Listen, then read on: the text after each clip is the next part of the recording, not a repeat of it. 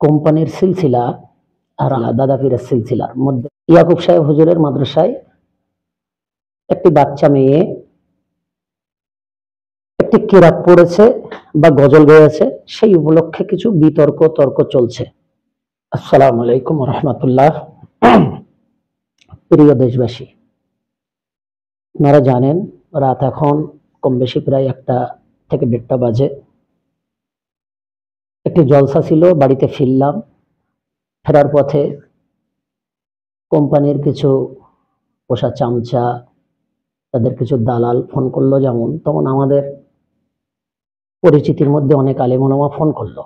মূলত এতটা রাতে এই ভিডিও বার্তার একটি লক্ষ্য, কোম্পানির সিলসিলা দাদা পীরের সিলসিলার মধ্যে পার্থক্য তো এটাই, কোম্পানির সিলসিলা অস্তিত্ব বাঁচানোর জন্য লড়ে, বিদাতের পক্ষে লড়ে, হারামের পক্ষে লড়ে, অন্যায়ের সাপোর্টে লড়ে,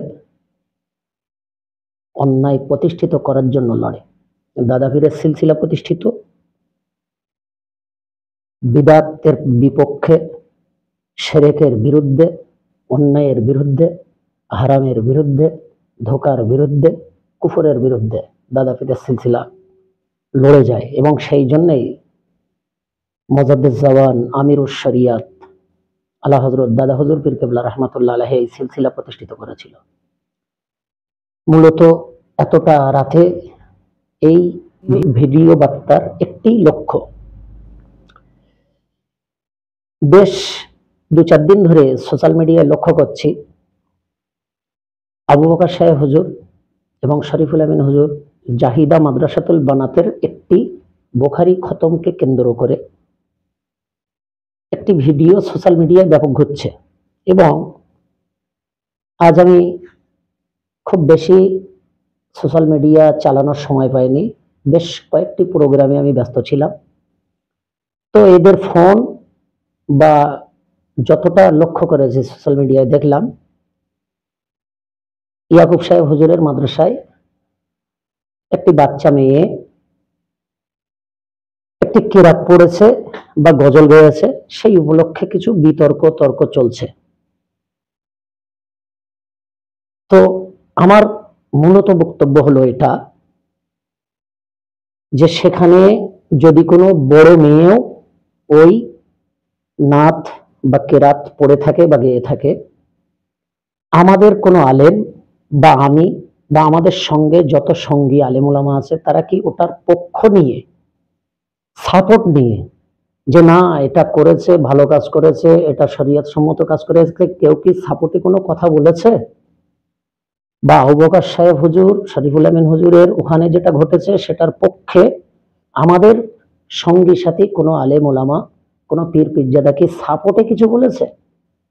কোম্পানির সঙ্গে আমাদের দাদা পীরের সিলসিলার পার্থক্য তো এটাই, ওরা নবীকে ভিখারির বাচ্চা বলছে, সেখানে যুক্তি খাড়া করছে। ইমান একে ভিখারির বাচ্চা বলার কারণে গেছে, যুক্তি যে কটা খাড়া করছে, ওই সাপোর্টে যারা লেখালেখি করছে তাদেরও ইমান গুণ যাচ্ছে। সাহাবীরা সব কাফেরের রক্তে তৈরি, এই কথা বলেছে, সেখানে যুক্তি খাড়া করে সাপোর্ট দিচ্ছে। যিনি বলেছেন তার তো গেছেন, যারা ওই সাপোর্টে কথা বলছেন তানারও যাচ্ছেন। মাদ্রাসার জমিগুলো সব নিজেদের নামে, সেখানেও তাদের সাপোর্টে কথা বলছেন।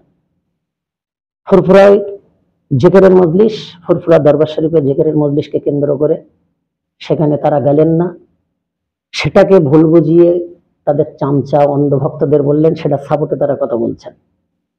আমাদের কি কোনো আলেম ওলামা পীর পিরজাদার এমন কোনো রেকর্ড আছে, আমরা যাদের সঙ্গে চলি, ওঠা বসা করি, ঘোরাফেরা করি, কোথাও কোনো অন্যায় ভুলবশত, ইচ্ছাকৃত বা জেনে অজেনে ঘটেছে, তার সাপোর্টে আমরা কেউ কোনোদিন একটা শব্দ স্টেজে বলেছি বা লিখেছি সেই অন্যায়ের পক্ষে?